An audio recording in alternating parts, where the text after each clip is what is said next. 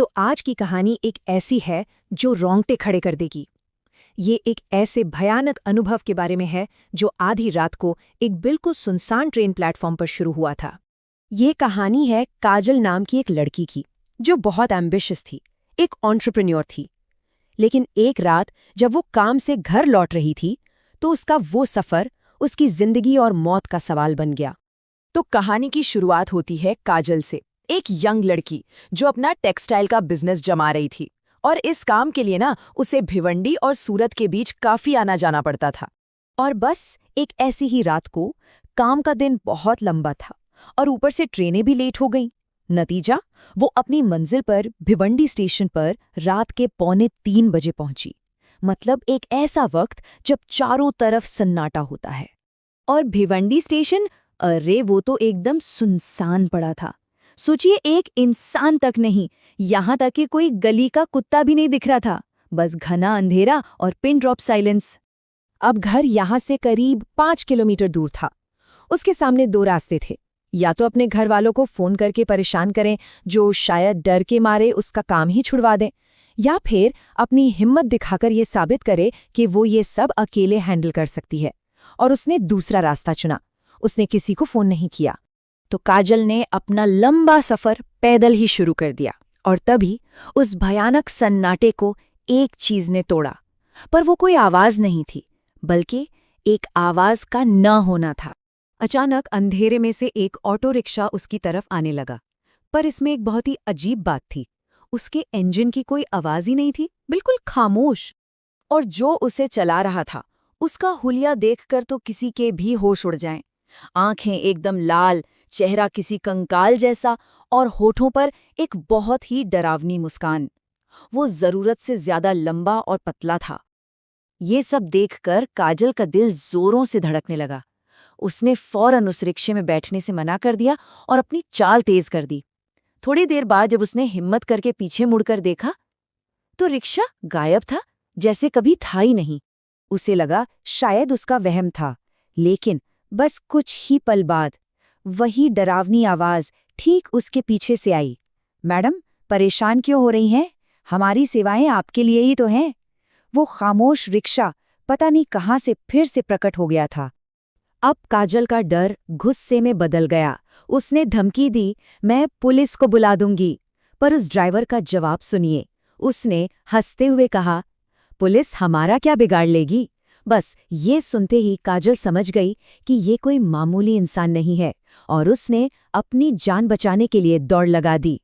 भागते भागते किस्मत से उसे एक टैक्सी मिल गई और वो वहां से निकलने में कामयाब हो गई। उसे लगा कि वो भयानक सपना उसी अंधेरी सड़क पर पीछे छूट गया है, पर वो बहुत बड़ी गलती कर रही थी। उसका अपार्टमेंट एक बिल्डिंग की 4थी मंजिल पर था, सड़क से काफी ऊपर, एक महफूज जगह।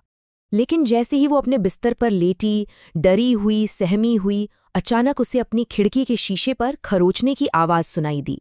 एक हल्की सी खरोचने की आवाज।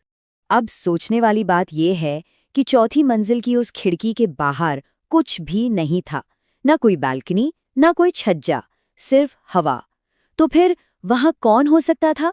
और जब उसने हिम्मत करके पर्दा हटाया, तो जो नजारा था, उसने काजल के होश उड़ा दिए। वही रिक्शा ड्राइवर हवा में तैर रहा था और उसका हाथ पकड़ने के लिए आगे बढ़ रहा था। इसके बाद तो हद ही हो गई। अगले कुछ दिनों तक वो चीज घर के अंदर ही दिखने लगी, पर सिर्फ काजल को। पहले तो उसके परिवार वालों को यकीन नहीं हुआ, लेकिन जल्द ही उनका शक गहरे डर में बदल गया। जब कोई रास्ता नहीं सूझा, तो उन्होंने एक आध्यात्मिक गुरुजी को बुलाया। गुरुजी ने एक बहुत ही सरल सा काम किया।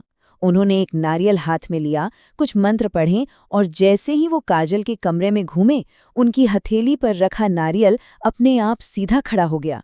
ये इस बात का सबूत था कि घर में कोई शक्तिशाली नेगेटिव एनर्जी मौजूद है। गुरुजी ने जो बताया वो बहुत ही भयानक था।